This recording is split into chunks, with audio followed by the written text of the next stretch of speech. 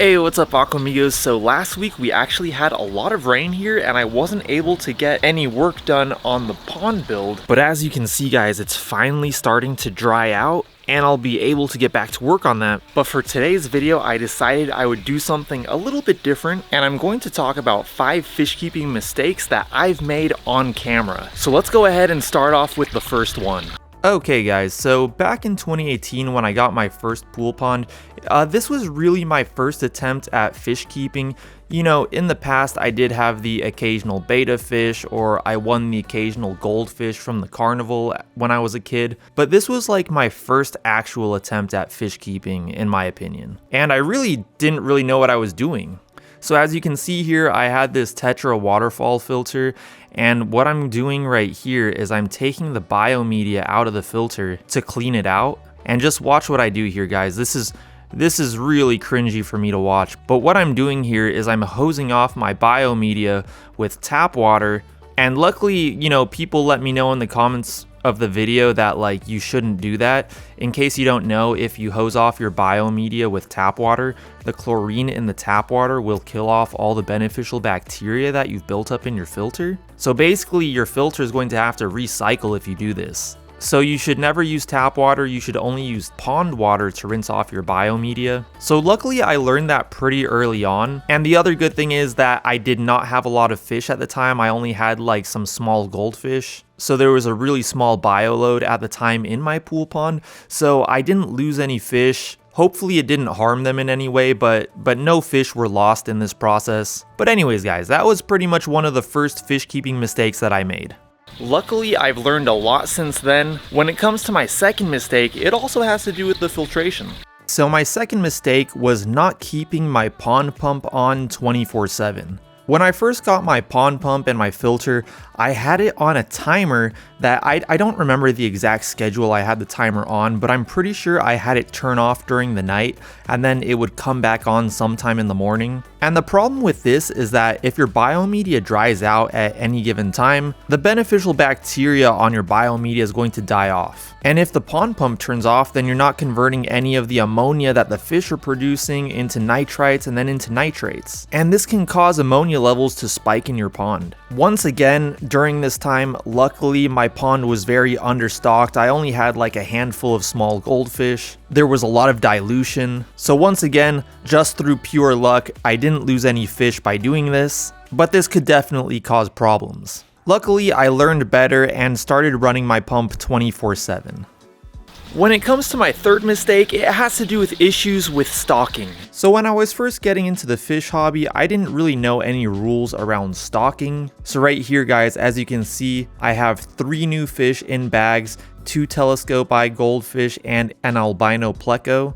This is gonna sound terrible guys, and I can't believe that I did this, but I put all of these fish into a 10-gallon tank, which I already had 1 fancy goldfish in. When you're first getting into fish like I was in this video clip, you might hear things like the inch per gallon rule, and at the time I honestly did not know that this rule does not apply to goldfish. So I was thinking, hey, I could easily have 10 inches worth of fish inside this 10-gallon tank. Little did I know at the time is that goldfish produce a lot more waste than like say a tetra, and for just 1 fancy goldfish you need a tank that is a minimum of 20 gallons, preferably probably more like 30 gallons, and then every fancy goldfish on top of that you want an additional 10 gallons. So for example, if you have like 2 fancy goldfish, you probably want a tank that is at least 30 gallons. Luckily at this point these fish were all pretty small, but yeah guys, this tank was really too small for all of these fish, and then on top of that the filter that I had, it was not the best filter to be completely honest. Unfortunately I lost these 3 new fish, all of those 3 fish. However, I don't necessarily think it was because of my overstocking. I think actually the albino pleco that I had,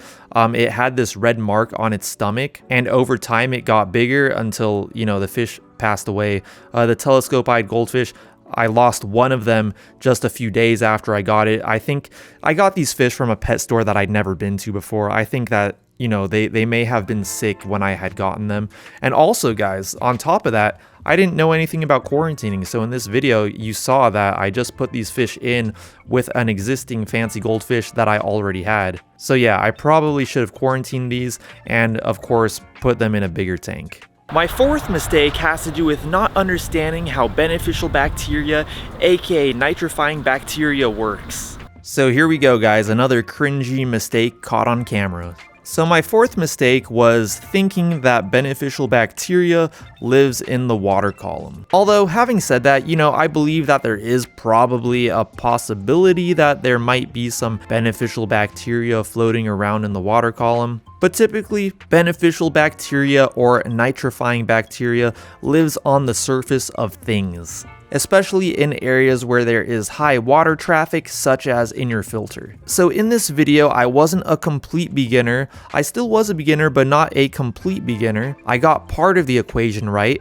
What I'm doing in this video is I am setting up a quarantine bin for some goldfish that I just picked up and also some aquatic plants that I just picked up. But what you're going to see me doing right here is I'm going over to my already established fish tank and I'm taking a scoop of water out of that tank to put into the new quarantine tank, thinking that I'm adding beneficial bacteria to that tank. Unfortunately, that's not what I was doing, and then what you'll see me do next is add a completely uncycled filter to this tank as well. So I may have went ahead and added some API quick start to this quarantine bin, I don't really remember, but that would be one way to help kind of jumpstart the cycle. But I think a better way to jumpstart the cycle of this quarantine tank would have been to take a small piece of the filter media from my already established tank and put it into this filter. That would have been a better way to jumpstart the cycle of this quarantine tank, especially with I think I had 4 goldfish in there.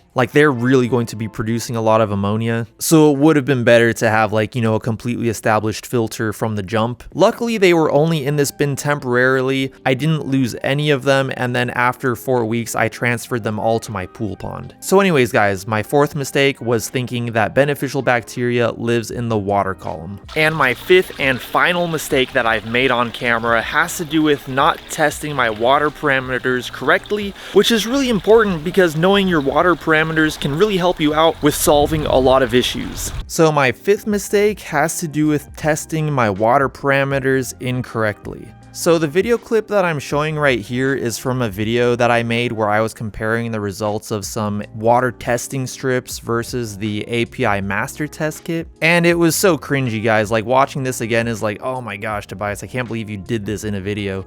But basically what I did is I tested my water parameters, and then when it came to the nitrates test, I didn't shake the second bottle. This was when I first got my first master test kit ever. Before that, I was just using the test strips. So when it came to the nitrates test, I didn't shake the second bottle like you're supposed to. I believe you're supposed to shake it for 30 seconds. I didn't do that, so of course I didn't get a nitrate reading on the test. And then I was like, oh, my tank has 0 nitrates. But of course, guys, don't be like me. Follow the instructions that come with the test kit. If you don't shake the number 2 bottle for the nitrates, it's going to give you an inaccurate reading. But of course, this was years ago and I learned from my mistake. But the reason that this is so important is because if you ever notice something going wrong with your tank or something's up with your fish, the first thing that I always do is I check the water parameters, because most of the time in my experience, the water parameters will be the issue a lot of the time. At least that's been my case. I mean, occasionally you will have a fish illness that has nothing to do with your water parameters, but I think checking the water parameters are the best place to start. But after the fact, I decided to leave this video up because the conclusion was correct. The test strips are not accurate in my experience. I've even done 2 test strips back to back, and I've gotten a different result on each test strip. So I mean, I just don't think they're 100% accurate. The liquid master test kit is definitely the way to go in my opinion. But yes, guys, my 5th mistake is messing up that nitrates test.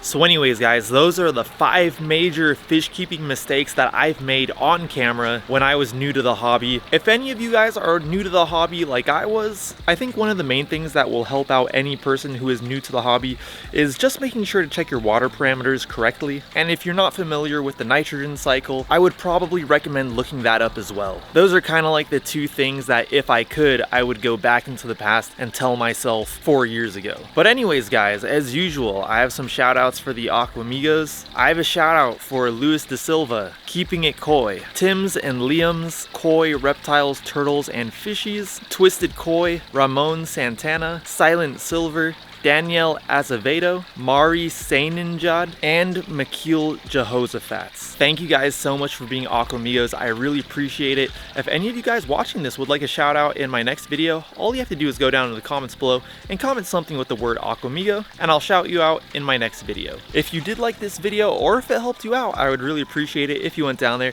and gave this video a like. That would really help me out a lot. And if you would like to see more videos by me in the future, including videos on my new koi pond build, make sure to hit that subscribe button and also that bell notifications button. If you'd like to follow me on Instagram, I'll put my handle right here. It's at YT_Tobias, and I'll talk to you guys in my next video.